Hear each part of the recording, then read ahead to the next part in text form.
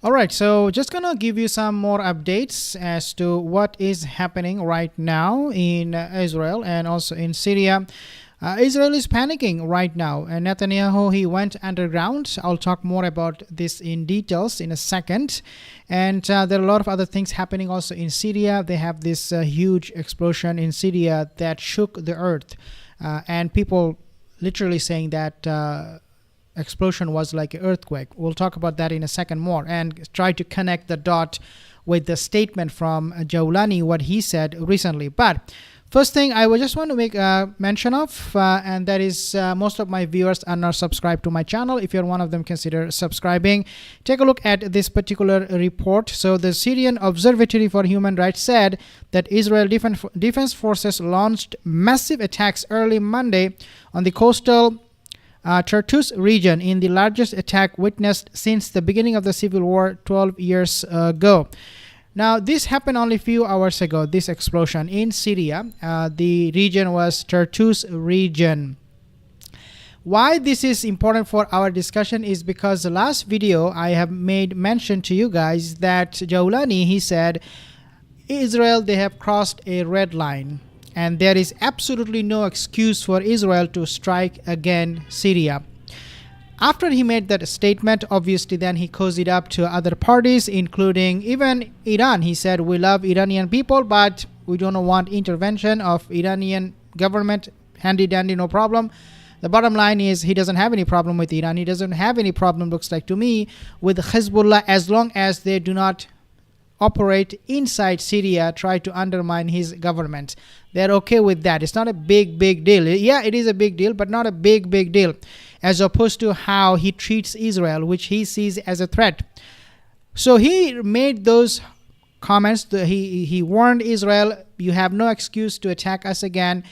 And lo and behold, now Tartus region is on fire.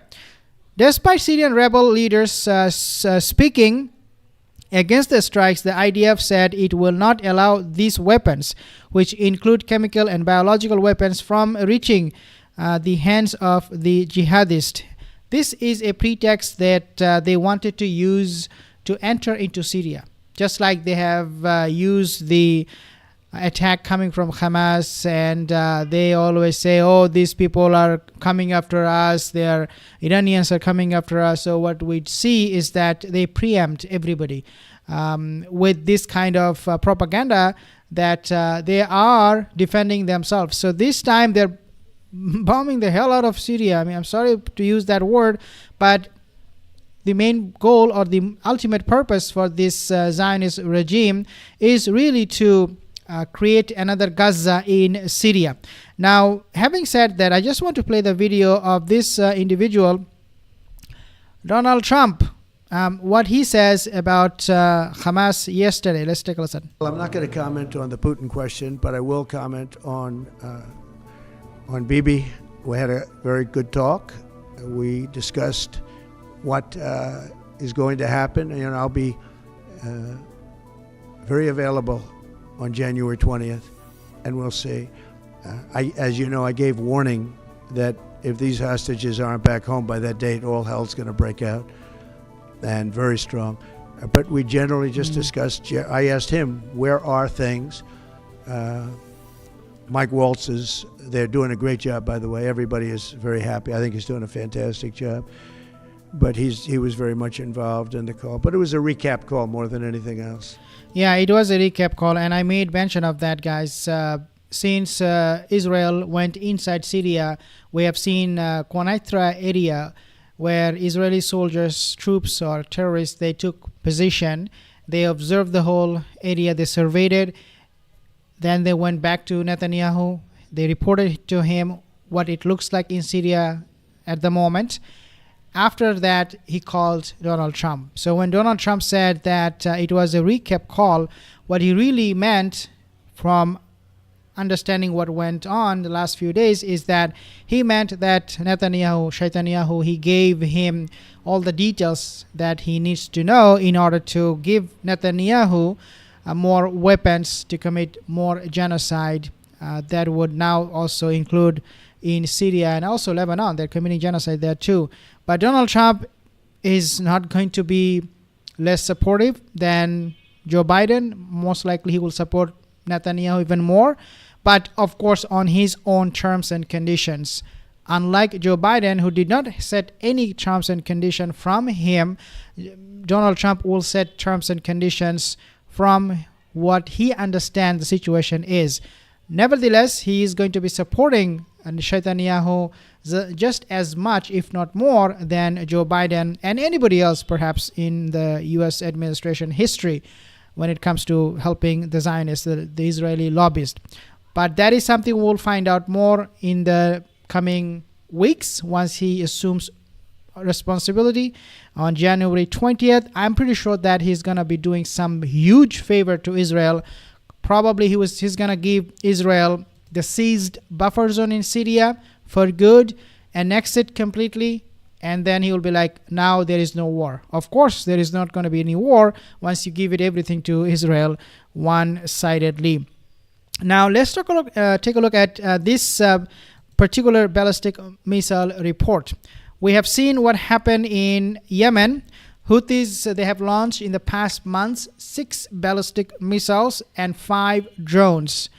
Most of them achieved, quote unquote, their target, their mission, according to the Yahya Sanwar statement, the spokesperson for Houthis. But we do not know what exactly he was talking about when he says that it achieved all the goals, because this time, let's take a look what happened. So Israeli media outlets, including Channel 14, confirmed that the missile targeted central areas of the occupied territories, including Tel Aviv. The sirens even disrupted proceedings in a courtroom where Prime Minister Netanyahu was giving testimony. At that moment, what I understand from this, he was taken underground. So when I said on the title, Netanyahu is hiding under the bunker, this is what I mean. He was in the middle of giving testimony, and then the sirens went off, and his security team took him underground for his protection. That's exactly what happened.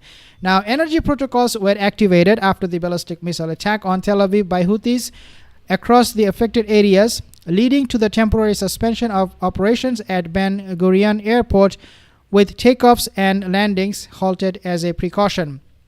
Now, the Palestinian resistance groups, they have praised the Palestinian Resistance Committee, I believe that's what they call themselves now, when they talk about recent issues. They have praised Houthis, saying that this is something that shows Houthis are still united with the Palestinian cause. And the Houthis, they also made it very, very clear, saying that we are doing this, launching attacks on Israel, because to show unity with our brothers in Gaza and also in Lebanon, and also now, he said, in Syria. Now, Brigadier General Yahya Sari, spokesman for the Yemeni armed forces affiliated with the Ansarullah movement, stated that the operation involved a hypersonic ballistic missile designated Palestine 2, quote unquote, which targeted a military site in the Jaffa, Tel Aviv area. And again, the main objective to me looks like was to really scare the people of Israel. And they were scared. I mean, 5 of them were injured when they rushed to take shelter in the process. But then, they have gotten some injury, and that's about it. He added, Monday's operation successfully achieves its objectives and underscored Yemen's solidarity with Palestinian resistance forces. And at the same time, the Palestinian groups, they're happy that Yemeni Houthis, they are targeting these sites. Now, there is this propaganda and fake news going around, circling on the media, on social media and mainstream media too, where they're now saying that in Syria, the locals, they want to join Israel. Can you believe this kind of propaganda? But it is happening. Residents of 6 Druze villages in the Golan have expressed desire to have them annexed by Israel.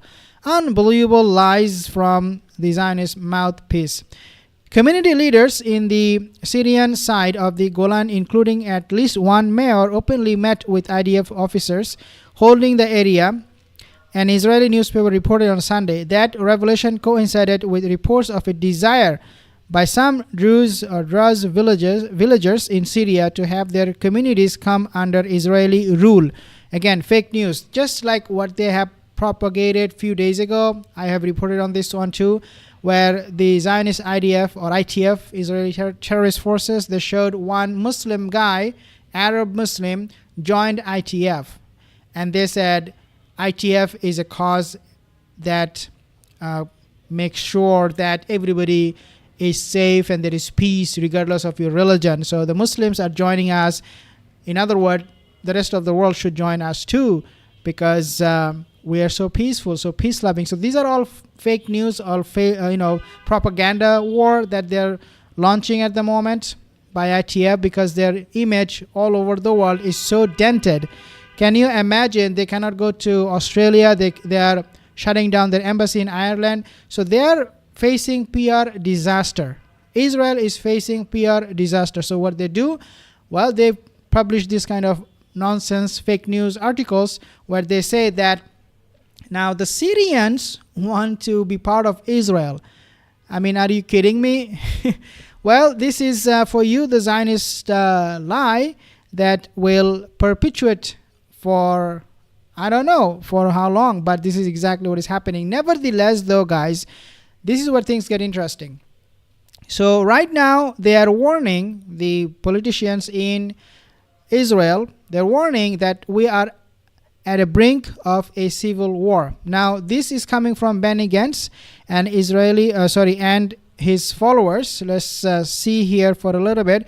Israeli opposition leader Benny Gantz and former Israeli defense minister, so the defense minister Avigdor Lieberman, have both accused Prime Minister Netanyahu of fueling the risk of a civil war in Israel. Quote, "We are on the brink of shifting from a war against Israel's enemies to a civil war," end quote. Gantz told the Israeli Channel 12, his name should be Gang, not Gantz, as cited by the Al Mayadin news channel on Monday. He added, "We did not fight a war for survival, only to return to internal division, and warned, if, quote unquote, you continue on this path, the next disaster will only be a matter of time."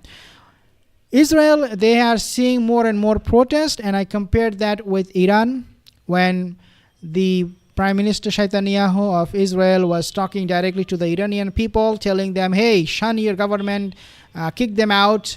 You guys are good people, but your government is fake, is corrupt. And then I compared that with what is happening in Israel. And I told you guys that in Israel, the protesters are going against their own government, and they are trying to kick Netanyahu out. So he flipped the script and he said, this is exactly what Iranian people want for their government.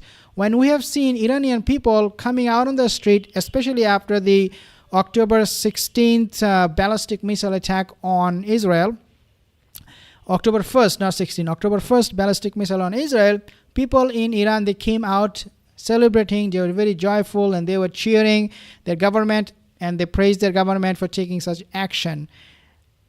Therefore, you can see how panicking is Netanyahu right now is with his situation in his country, his political situation. So there could be a civil war, we do not know, but looks like it is more likely to happen, and I have reported on this possibility of a civil war in my past video. So on Sunday, Lieberman lashed out at Netanyahu in a post on X, saying his government, quote unquote, chooses to ignite a civil war, end quote. I mean, this is something I personally believe is going to happen. It's almost inevitable that Israel will collapse.